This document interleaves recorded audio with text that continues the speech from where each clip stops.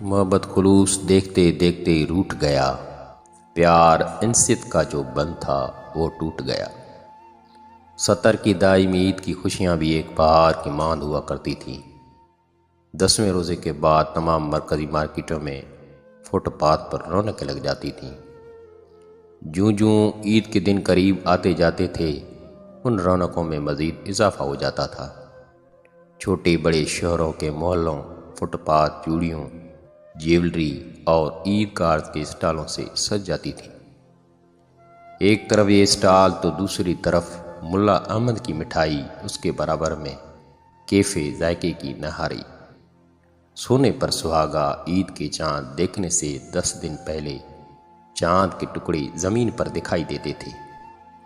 کوئی چاند اپنی خوبصورت کلائیوں کے لیے چوڑیاں خرید کر رہا ہے تو کوئی اپنے سنہرے گالوں کے لیے کانوں کے بندے کانوں سے لگا کر اپنے ساتھ والے چاند کے ٹکڑے سے پوچھ رہا ہے کہ یہ کیسے رہیں گے۔ وہاں پر مجھ جیسے ٹوٹے ستارے بھی موجود ہیں جو اس میلے میں اپنے یاروں اور پیاروں کے لیے عید کارڈ ڈھونڈ رہا ہے۔ سچ تو یہ ہے کہ ہم تو صرف میلہ گھومنے جاتے تھے، جیب کی اوقات نہیں تھی کہ مہنگے عید کارڈ خرید سکیں۔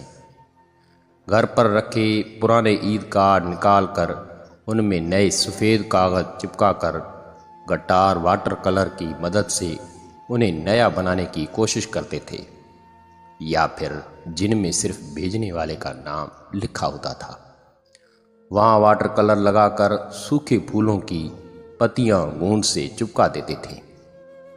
پھر جوں جوں عید قریب آتی جاتی ہے، ہم اشعار کی تلاش میں غالب لائبریری میں گھس جاتے اور کسی کاغذ پر وہ اشعار لکھ کر لے آتے۔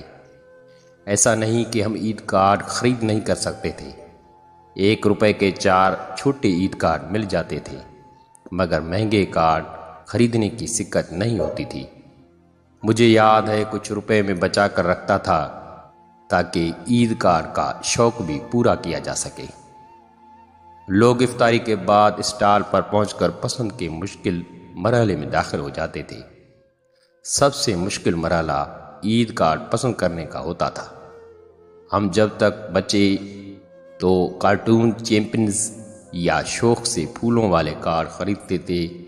خریدتے وقت جس کو بھیجا جانا ہوتا تھا اس کی شکل کو ملحوظ خاطر رکھا جانا لازمی ہوتا تھا۔ عاشق لوگ سرخ پھولوں سے آراستہ دل والے کارڈ لیتے تھے۔ عزیز و اقارب کو بھیجنے کے لیے زیادہ تر کارڈ 3 پیجز والے سنہری اور خوبصورت کور فوٹو کے ساتھ منتخب کیے جاتے تھے۔ اس کے بعد اشعار لکھنے کی باری آتی۔ اشعار کچھ یوں ہوتے تھے: میٹھی ہے چینی، کڑوے ہیں بادام، عید کارڈ کھولنے والے کو میرا سلام، ڈبے میں ڈبہ ڈبے میں کیک، میرا دوست لاکھوں میں ایک، چاول چنتے چنتے نیند آ گئی، صبح اٹھ کر دیکھا تو عید آ گئی، گرم گرم روٹی توڑی نہیں جاتی، تم سے دوستی چھوڑی نہیں جاتی، عید آئی زمانے میں، میرا دوست گر گیا غسل خانے میں، سیویاں پکی ہیں سب نے چکھی ہیں، تم کیوں روتے ہو تمہارے لیے بھی رکھی ہیں، چوڑیوں کی عید ہوتی ہے گندم کے دانے سے، میری عید ہوتی ہے تمہارے مسکرانے سے، نازک سی انگلی منہ میں چھپانا، عید کارڈ پڑھنے سے پہلے تھوڑا مسکرانا، وہ دور روٹھ گیا، وہ محبتیں خواب ہو گئی،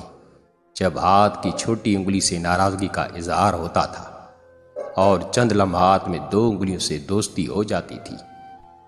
عید کارڈ تجدید، دوستی اور وفا کی علامت ہوا کرتے تھے۔ وقت بدلتا ہے تو شاید تہذیب بھی بدل جاتی ہے۔ جیسے جیسے وقت گزرتا جا رہا ہے اور ہم جدیدیت کو اپنا تو رہے ہیں مگر اپنی روایت بھی کھوتے جا رہے ہیں۔ مگر وہ ڈاکے کے آنے کی سچی خوشی ختم ہو گئی ہے۔ اب تو عید کی مبارکباد دینے کے انداز بھی رسمی اور روکھے سے ہو گئے ہیں۔ اس برقی نظام نے یکجا تو کر دیا ہے مگر اس کی مصنوعیت میں وہ خوشبو نہیں رہی۔